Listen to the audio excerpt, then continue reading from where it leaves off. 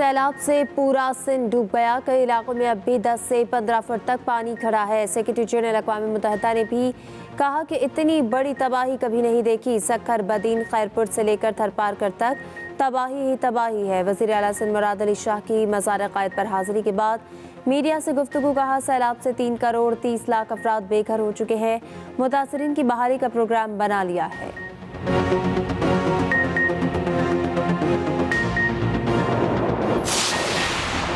Army chief का सिंध में सैलाब से सबसे ज्यादा मुतासर इलाकों का दौरा। ESPR के मुताबिक army chief general Qamar Javed Bajwa ने दादू के सैलाब मुतासरीन के साथ वक्त गुजारा। मुतासरीन को फौरी 5000 टेंट फराहम करने की भी हिदायत की। बलूचिस्तान या सिंध में प्रीफैब गाँव बनाने का इंदिया। दादू, खैरपुर, नातिन शाह, जूही, मंचर झील का फजाई जायजा भी लिया।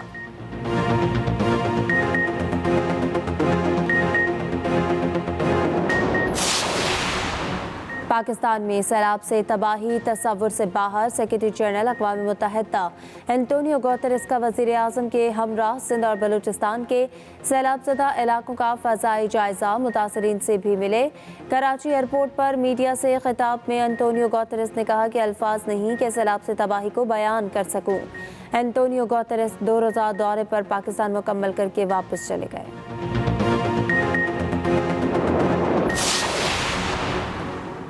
मंचर झील का पानी आउट ऑफ कंट्रोल। भान सईदाबाद ग्रिड स्टेशन सैलाबी पानी में डूबने से शहर और नवाही इलाकों में बिजली की सप्लाई बंद हो गई। मंचर झील में पानी की सतह 122 फुट से तजावुज़ कर गई। बलूचिस्तान से नई गाज के जरिए FP बंद और MNV ड्रेन से सैलाबी पानी की आमद भी जारी। पानी में फंसे हजारों लोगों के पास खाने पीने की अशिया खत्म हो गई।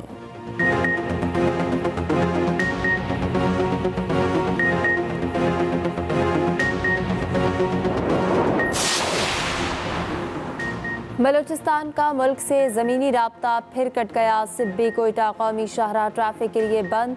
पाबंदी के बावजूद हैवी ट्रैफिक गुजरने से पिंजरा पुल के मकाम पर कायम आर्जी कच्चा रास्ता बंद हो गया। कौमी शाहराह पर कंटेनर्स और ट्रकों की मीलों लंबी लाइनें।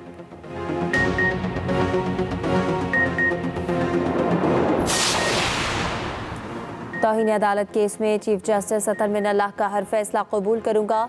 चेयरमैन PTI इमरान खान का गुजरावाला में जलसे से खिताब। कहा, शहबाज गिल पर तशद्दुद मेरे खिलाफ बयान लेने के लिए किया गया। शहबाज गिल ने पैगाम भिजवाया था कि मजीद तशद्दुद बर्दाश्त नहीं कर सकता। मैं बैग तैयार करके जेल जाने के लिए तैयार बैठा था।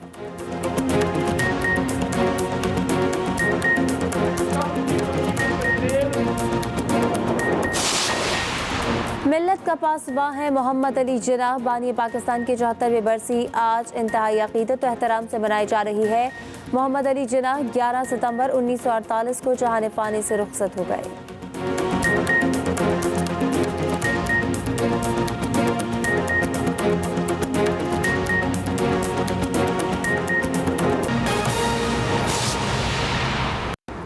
अस्सलाम वालेकुम। हेडलाइंस आपने जानी, अहम खबर शामिल करेंगे इस ब्रेक के बाद।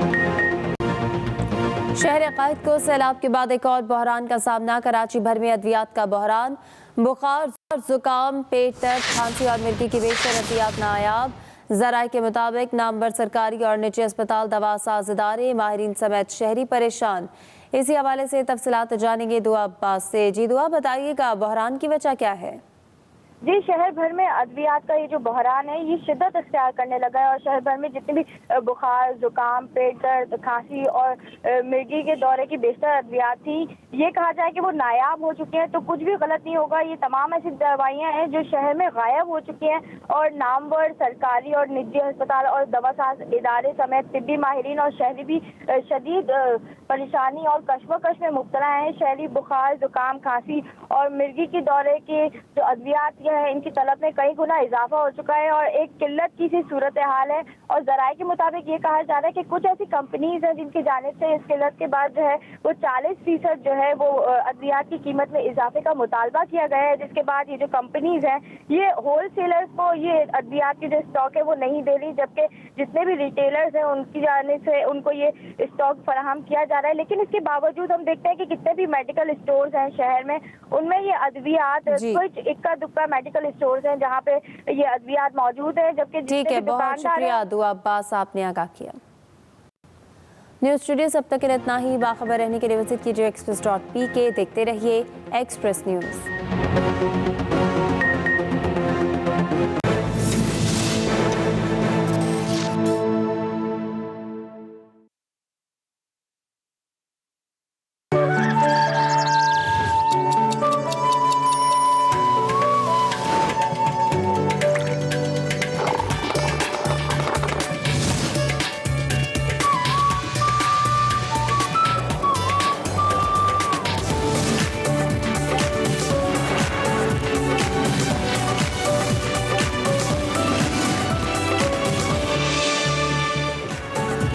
बिस्मिल्लाहिर्रहमानिर्रहीम, अस्सलाम वालेकुम एंड वेलकम बैक। इस उम्मीद और दुआ के साथ कि आप बिल्कुल खैरियत से हैं। वक्त हुआ चाहता है सेगमेंट निकले तेरी तलाश में। किताब है चित्राल दास्तान। आज जिक्र है कहाँ का और कैसा, देखते हैं।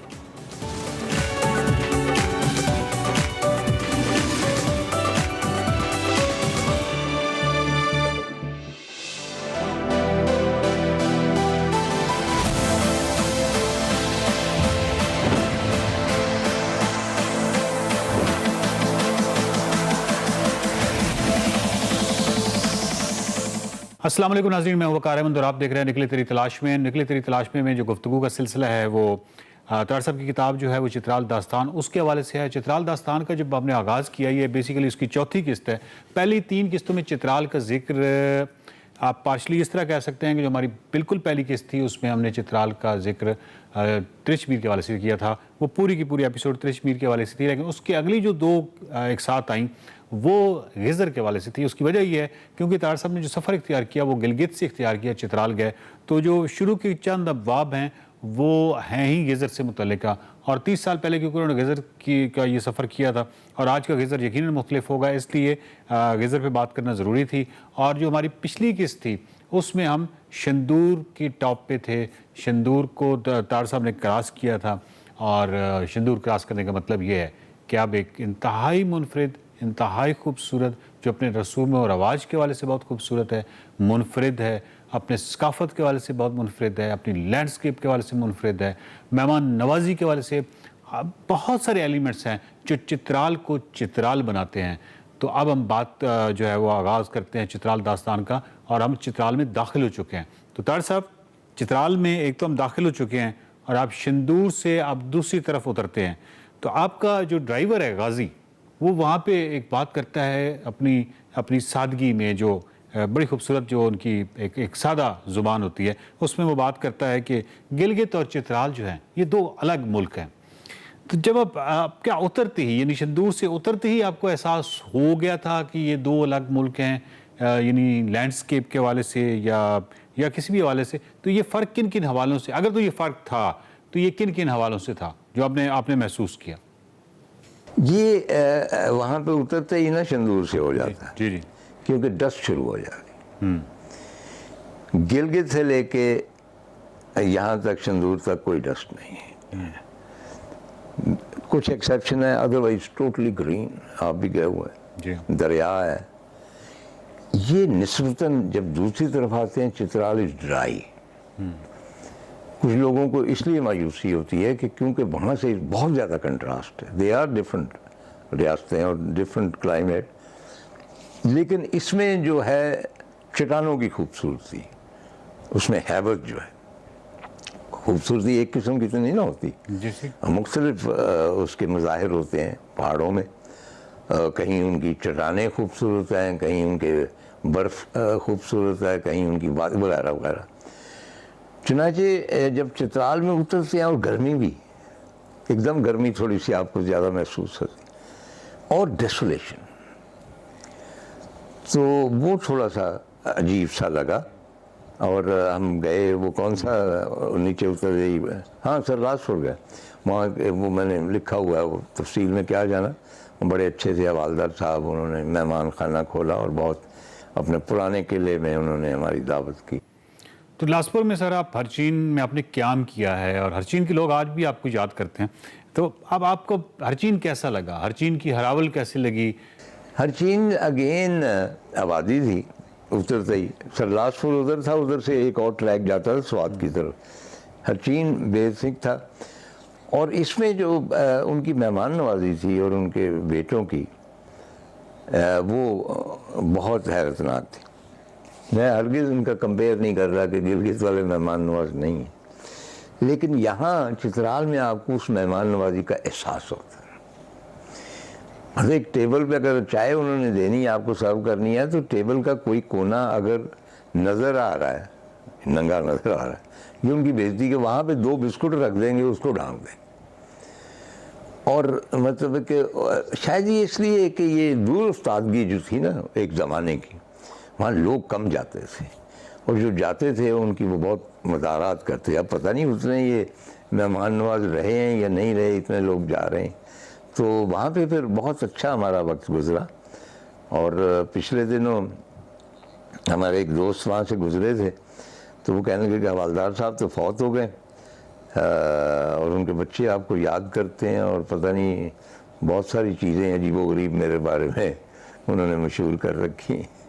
مہمان نوازی تو سر اسی طرح چترال میں اور ہرچین میں اور ہر جگہ پہ مستوج میں جہاں پہ بھی آپ جائیں تو کمال مہمان نوازی ہے۔ اور کیونکہ میں ابھی حال ہی میں ہو کے آیا ہوں، لیکن کیونکہ میں حال ہی میں ہو کے آیا ہوں تو ایک چیز جو میرے ذہن میں ایک سوال یہ آ رہا ہے کہ ہرچین میں جہاں پہ جس گیسٹ ہاؤس میں آپ نے قیام کیا تھا وہ بوائے لاس پور کا تھا،